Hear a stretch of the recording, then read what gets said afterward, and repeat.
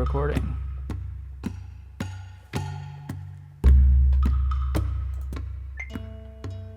Video recording. Sisyphus 8. Why you don't doubt capitalism. Most people are ignoring most of their problems. Honestly, there are too many problems to deal with all of them. For many of our problems, even trying to fix them could threaten the precarious state of a problem that maybe even isn't that bad in the grand scheme of things. Compared to other people, I mean. Or how bad it could be. If the inside of your head were a house, you'd have two kinds of problems. One would be garbage, things that are rotting, things you don't want that were left there by guests, the packaging a good idea came in, and just general detritus. The other kind of problem is stuff that you want or need, but haven't found a good place for. Stuff you trip over or step on that cause pain not because they're a bad thing to have, but because you shouldn't have left your damn Legos in the middle of the living room. And when you're living in that kind of a mess, the easiest way to deal with it is often just to start picking everything up and shoving it into a closet. So you know where you left a whole bunch of useful shit, but you can't go and get it because if you open that door, you're going to be hit with an avalanche of messy thoughts and feelings. Hey, do you have a vegetable peeler? Yeah, it's in the closet. I'm gonna go get it then. No, don't open the... The point here is that when you have an emotional problem, the first step to dealing with it is often to make that problem a lot worse. Open up that closet, pull all the clutter out onto the floor. Then, once you can see everything and think carefully about it, you start picking things up, one by one, and throwing them in the garbage or finding a good shelf. Some stuff you might put back in the closet. Maybe you won't load it up so it's bursting at the hinges though? Maybe next time this will be easier. But what if you can't just throw out the garbage that falls on the floor? Not everything that causes an emotional experience is an emotional phenomenon. Sometimes the thing you need to clean up is outside you. For example, my car's a fucking mess. And if I actually physically cleaned it, it would make me feel a lot better. What about a bigger problem though? My car's in really bad condition. That's hard to fix because I barely make enough money to pay rent. Do I want to pull that out of the closet and have it sitting on my floor? Better to just keep that packed away for now, right? Or bigger. I actually kind of hate driving, and the public transit system in my town is good, but don't have to look at the schedules good. And if I leave my town, I'm getting out to places where the transit is worse. More of the places I want to go become 3-bus-and-a-half-mile walk instead of 10-minute drive. My family lives 2 hours away. If I stopped driving, when would I ever see them again? Or bigger. The transit system that is so deeply centered on personal vehicles is one of the major producers of greenhouse gases. My car is part of an infrastructure that's literally killing the planet. Or bigger. These things called corporations have spent the last 100 years manipulating politics and economics to the point where huge, essential systems are entirely reliant on the continued dominance of their product. Car manufacturers are ready to burn the world for a bigger number on a spreadsheet next quarter. All the major agents on the world stage are or are aligned with corporations. And corporations don't feel the heat.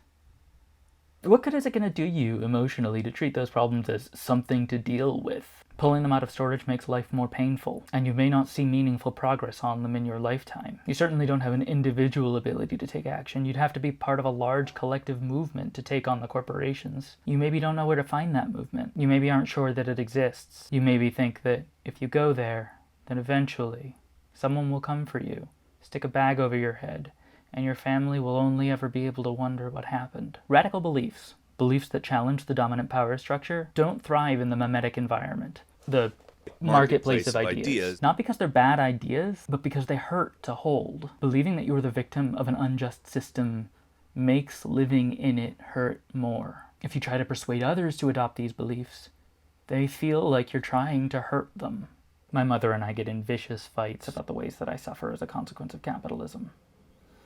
One night, a few months ago, she shouted at me, "What do you want me to do?" She hated to hear me talk about it because I was telling her that there was nothing she could do to help her child stop suffering. "Just believe me," I told her. I just wanted to not be alone, for someone to share in the pain. It hurts more when you accept that you shouldn't be suffering. That's a hard sell when you're not sure you can do anything to make it change. Sisyphus was condemned by Zeus for trying to cheat death, to roll a boulder up a hill and rest it at the top, and the boulder was cursed to always slip and roll back down before he made it. And I keep coming back to the question, did he know? Or did Zeus lie? Albert Camus, author of the essay The Myth of Sisyphus, said that Sisyphus must know that his task is impossible, otherwise it wouldn't be torture. If he had been lied to, then he could hope, and hope would mitigate the pain. And it's true that hope mitigates pain, in a way. But hope can also be a different kind of torture, because it changes the locus of blame for your failure. It converts the anger you should feel towards your captors into self-loathing, and it persuades you to double down on the effort of torturing yourself. If it isn't working, it's because you didn't try hard enough. This is a meritocracy. Just try harder. Push yourself more. Grind. Hustle. Pull yourself up by your bootstraps. Play the game. So why doubt capitalism, right? It sounds like it's just going to make things worse. And maybe. Maybe a comforting delusion is what you prefer to hang on to. Heads up, though, about the fascists. And here when I say fascists, I don't mean people who are right of me politically. I mean specifically a political movement organized around a fictional, glorified history for a particular group of people, and a promise to restore that glory by any means necessary. If you're a certain kind of person, fascists work real hard to offer comforting ideas about how important you are and what a glorious future you have ahead of you. And they'll tell you the path to that future only requires you to kill a few people. Not even people, really. Vermin. They're lying too, just like the capitalists. And by capitalists here, I don't mean anybody who exists in the current political system. I mean specifically individuals who own the means of production and profit by extracting surplus value from labor. You don't have a place in that glorious future any more than you have a place in the 0.01%. But if you're in the capitalist spirit, why not bootstrap yourself to better politics? Maybe taking a dangerous risk that threatens your status quo is what's necessary to pursue a path where all your problems are solved. That's not a good argument, but if you're committed to the logic that anyone can succeed under capitalism, it should still work. If you're the kind of person this video is aimed at, you live in a democracy. That means, hypothetically, if an idea is held by a plurality of people, and those people take organized action to implement it, it can succeed. That's pretty compromised at present, at least in my home country. In 2016, fascists and fascist sympathizers took the highest office in the land, even though only about 19.25% of the people living here voted that way. And they did it by mobilizing outside of just election day. In other countries, democracies are also compromised.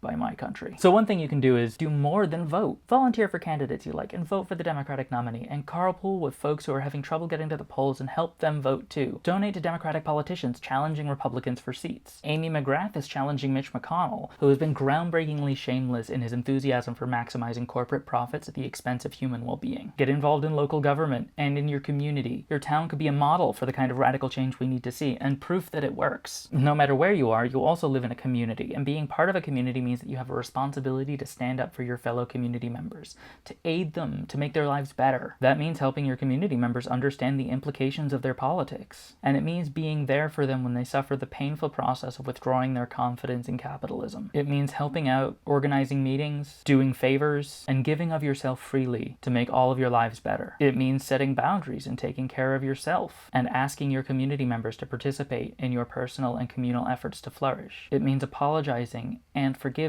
And it means if fascists are trying to organize in your community, you do whatever it takes to make them go the fuck home. There's a lot of noodly specifics about how people should organize, and that's where you get the differences between anarchism, socialism, communism, and so on. But in general, this is what the left believes. We believe in being full participants in our communities, and we believe in eliminating the right of corporations to dictate the shape of our future. If you're on board for that, you're welcome. And if someone tells you you're doing it wrong, tell them I said they should fuck off. Everybody starts somewhere, and nobody reads Kropotkin in the womb. Just remember that your enemy is not the boulder. Your enemy is an angry god. An angry, short-sighted, misanthropic god who's obsessed with having a bigger number in his bank account. Thanks for sticking with me. This is a long one, I think. If you got to the end, please give it a like. It really does help give extra lift to an idea that is emphatically not viral potential. Sisyphus 52 is a series about hopelessness and repetition, and I'm coming out with these installments every few weeks.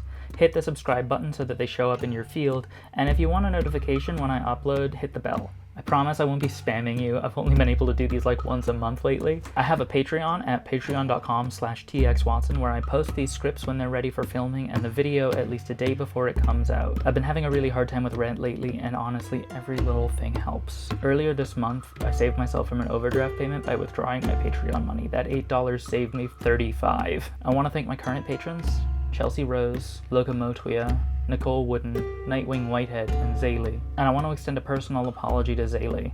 one of my longest standing patrons still supporting the channel. I owe Zaylee an apology because that's the reward for $15 a month donations, and Zaylee is in the early adopters tier. Early adopters costs $1 and grants patrons access to every benefit that I offer or ever will. There are 46 slots left in early adopters, and if you want to support me for more than $1, it's possible to choose a reward tier and set a custom pledge higher than the value of the current tier. I also just joined the Trans Left 2 Diversity Incubator, where I asked for some help on this video. Let me know if the script seems more polished this time. I tried to run it through more revisions. Link in the description for information about the incubator, and thanks in particular to Alex Mayhem, as well as Elliot, Chelsea, and Saul for your help with the script.